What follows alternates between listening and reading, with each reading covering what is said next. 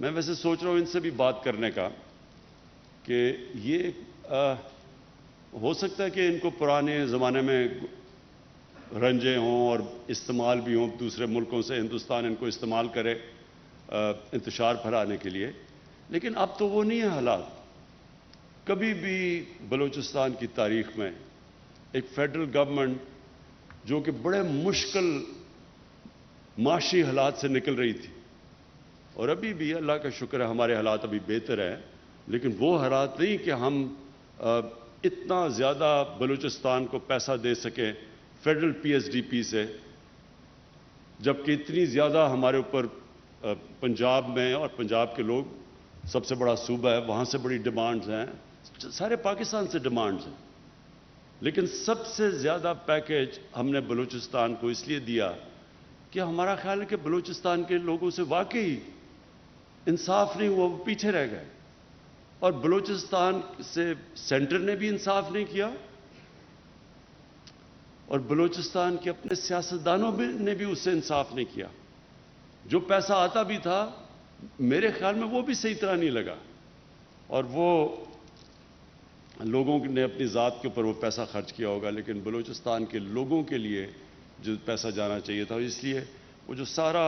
ایک احساس محرومی پھیلنی شروع ہوگی بلوچستان میں، یہ کبھی نہ پھیلتی اگر بلوچستان کے لوگ بھی جو اپنے پولیٹیشنز تھے وہ بھی اپنا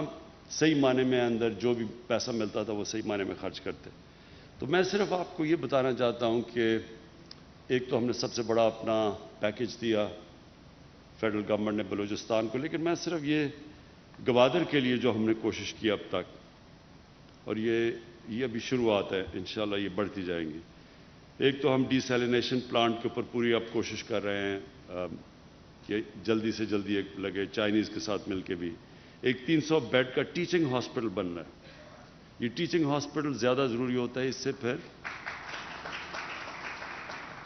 آپ کے ڈاکٹرز بھی ٹرین ہوتے ہیں یہاں، آپ کی نرسز بھی ٹرین ہوتی ہیں، تو وہ صرف یہی نہیں کہ ہاسپٹل علاج کرتا ہے، وہ ٹرین بھی کرتا رہتا ہے۔ اس کے بعد پھر جو جام صاحب نے بھی بات کی کہ یہ جو باہر سے بڑے بڑے ٹرالرز آتے ہیں اور ہمارے صدیوں سے یہاں لوگ،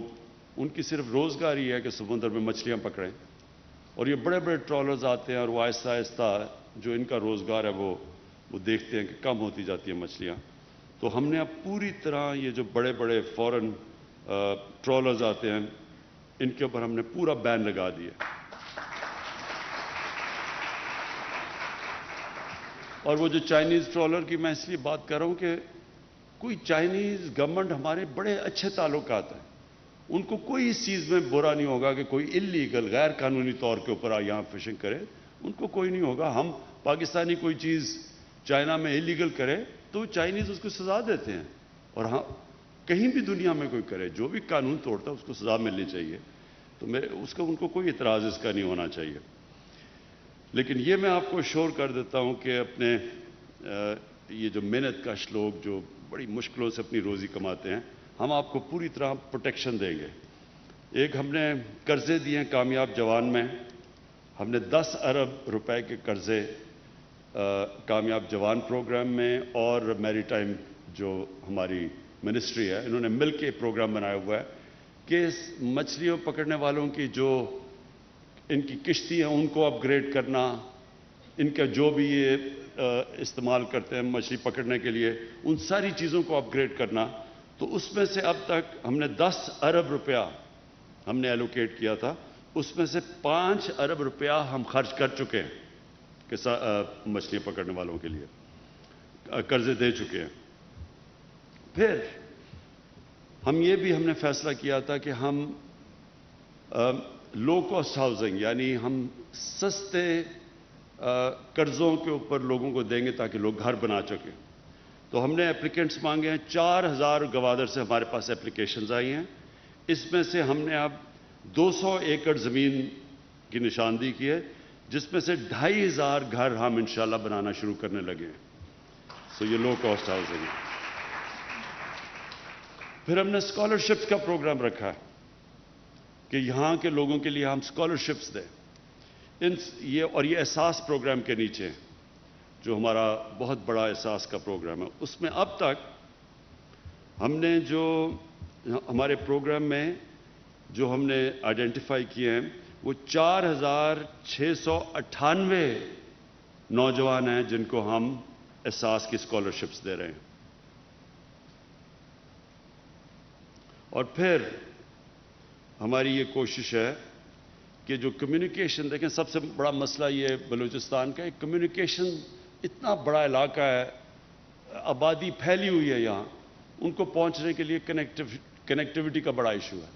تو اب ہم پوری کوشش کر رہے ہیں کہ 3G 4G جو کہ انٹرنیٹ کنیکٹیوٹی ہے وہ آہستہ آہستہ ہم بلوچستان میں ساری جگہ پھیلا دیں، تاکہ لوگوں کے لیے اس سے فائدہ یہ ہوگا آگے جا کے لوگ اپنے گھروں میں بیٹھ کے کام کر سکتے ہیں، خواتین گھر میں بیٹھ کے روزگار اپنا کما سکتی ہیں. تو یہ ہمارا اگلا ہے کہ ہم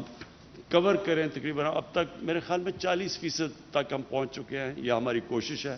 لیکن ہم پورے بلوچستان تک 3G 4G کی کنیکٹیوٹی انٹرنیٹ کی کرنا چاہتے ہیں، جس سے بالکل ایک سارے علاقے کے اندر ایک انشاءاللہ ہمارے یوتھ کے لیے بہت بڑی اپرچونٹیز مل جائیں گی. میں آخر میں آپ سب کو ایک چیز پھر سے اس چیز کا احساس دلوانا چاہتا ہوں کہ ہماری گورنمنٹ ہر سال ہمارا انشاءاللہ ہماری اکانومی جیسے جیسے اٹھ رہی ہے، ہماری آمدنی جیسے جیسے بڑھ رہی ہے، ہم بلوچستان کے لیے، میں جام صاحب آپ کو بھی اشور کرتا ہوں کہ ہم بلوچستان کے لیے ہر سال اپنی کنٹریبیوشن بڑھاتے جائیں گے. اور اس لیے بڑھاتے جائیں گے کہ ہم یہ سمجھتے ہیں کہ پاکستان کے لیے یہ ضروری ہے کہ بلوچستان سے جو احساس محرومی ہے، جو پیچھے رہ گئی ہے، جو باقی ملک آگے چلا گیا اور جو بلوچستان پیچھے رہ گیا ہے، انشاءاللہ ہم پورا زور لگائیں گے، ہم بھی آپ کے لیے کریں گے. اور دوسرا یہ جو سی پیک ہے، یہ اصل میں سب سے زیادہ فائدہ سی پیک کا بلوچستان کو ہے. آپ دیکھتے رہیں گے کہ جیسے جیسے یہاں ڈیولپمنٹ ہوتی جائے گی، جیسے جیسے یہاں انویسٹمنٹ ہوتی جائے گی، انڈسٹری آئے گی یہاں، تو سب سے زیادہ فائدہ بلوچستان کے لوگوں کو ہوگا. اور خاص طور پہ گوادر کے لوگ بڑے خوش قسمت ہیں، کیونکہ آپ کا بالکل یہ علاقہ بدل جائے گا. اور یہ آپ اپنے ذہن سے نکال لیں کہ اب یہ ہوگی ڈیولپمنٹ تو یہاں کے لوگوں کو کوئی پوچھے گا نہیں. کیونکہ یہ لوگ ہمیں کہتے ہیں سوئی گیس جب نکلی تو وہ جو علاقے میں لوگ تھے ان کے اوپر تو کسی نے کوئی انویسٹمنٹ کی نہیں، وہ ساری پاکستان میں وہاں سے گیس نکل کے سارے پاکستان میں گئی، لیکن وہاں مقامی لوگوں کو تو بہت کم فائدہ ہوا. تو یہ اب جو تاریخ سے ہم نے یہ جو اس ناانصافی سے چیز سیکھی کہ آگے سے یہ ابھی کبھی نہیں ہوگا. سب سے پہلے ہم یہ انشور کریں گے کہ مقامی لوگوں کو پوری طرح فائدہ ہو. بہت بہت شکریہ.